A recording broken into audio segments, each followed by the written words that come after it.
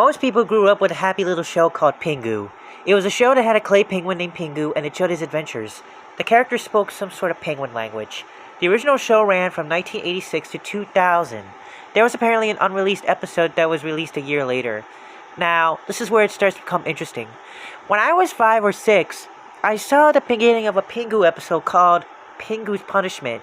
I only saw a bit of it, but what I remember was Pingu was very angry and his mother began smashing plates. I also remember the episode was about Pingu playing outside when he was supposed to be doing chores. My mother came in at the plate smashing part, shut off the TV, and told me that dinner was ready. I was looking up the Pingu episode list on Wikipedia. A few years later, I found out that no episode called Pingu's Punishment was released. I thought this as an adventure to myself, and I contacted Trick Film Studio, the company that made Pingu. I asked them for a complete production guide of Pingu. They sent it to me via email. I looked at it, compared it to Wikipedia's list, and I noticed something was wrong with the final series. Pingu Helps Grandfather, which was the 23rd episode of Series 4, was missing. At the bottom of the list was an episode titled Pingu Ending. I asked for a synopsis, but they refused to give me one, stating it was personal information. I then googled Pingu Ending and Pingu's Punishment. Then, I found something. It was on Rapid Share. The file's name was Pingu's Punishment Unreleased Last Episode.zip, and I downloaded it.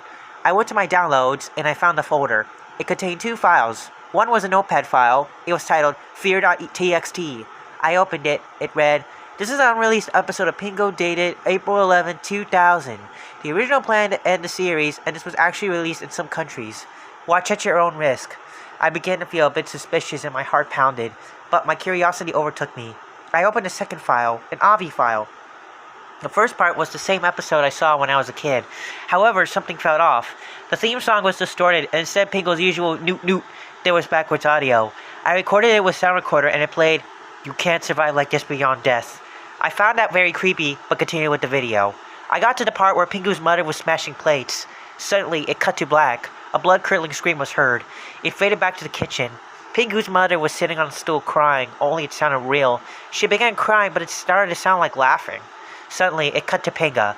Pinga was lying down on the floor. Her head was ripped off. I paused it there. I felt sick. But what made me sick more was that it wasn't clay blood. It was either food coloring or it was real. I continued it. Pingu's mother kept crying. Suddenly, it cut to a black and white video of 2 scientists going into a slaughterhouse. It showed a bunch of cows getting slaughtered. Suddenly, it showed a penguin being stunned and then being hanged upside down. The butcher slit the penguin's throat and it died from blood loss. It began showing pictures of dead penguins. It then cut back to Pingu's mother crying. A trampoline was in the kitchen. There was also a fan. She jumped up to the fan and blood splattered everywhere. The body of Pingu's mother fell down.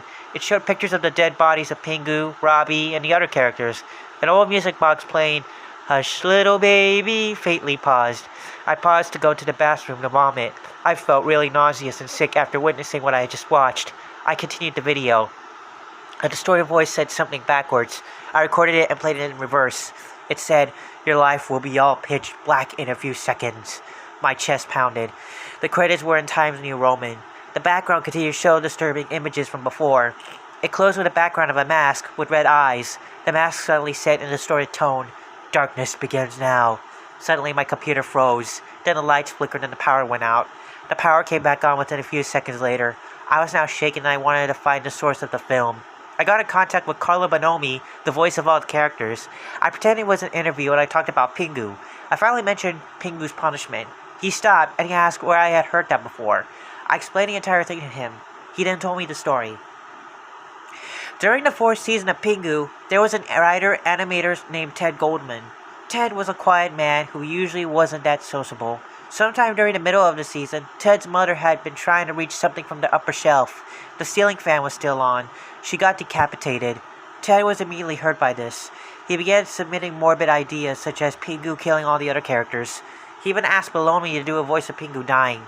Goldman found out that Pingu was closing production by the end of the season. Ted passed off the episode as the series finale. Right after they had watched the episode, they discovered Ted was being charged with animal cruelty, bestiality, and murder. Ted left an apparent suicide note claiming he was going to live in Antarctica. However, no records claim he was ever there, and he was last spotted in Santa Barbara, California, purchasing a gun. They never found him. I was left shocked. Then a thought occurred to me to play the entire episode backwards, starting from the part where his distorted voice began.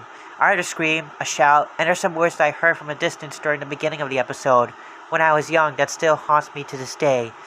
The only way out of this hell is suicide.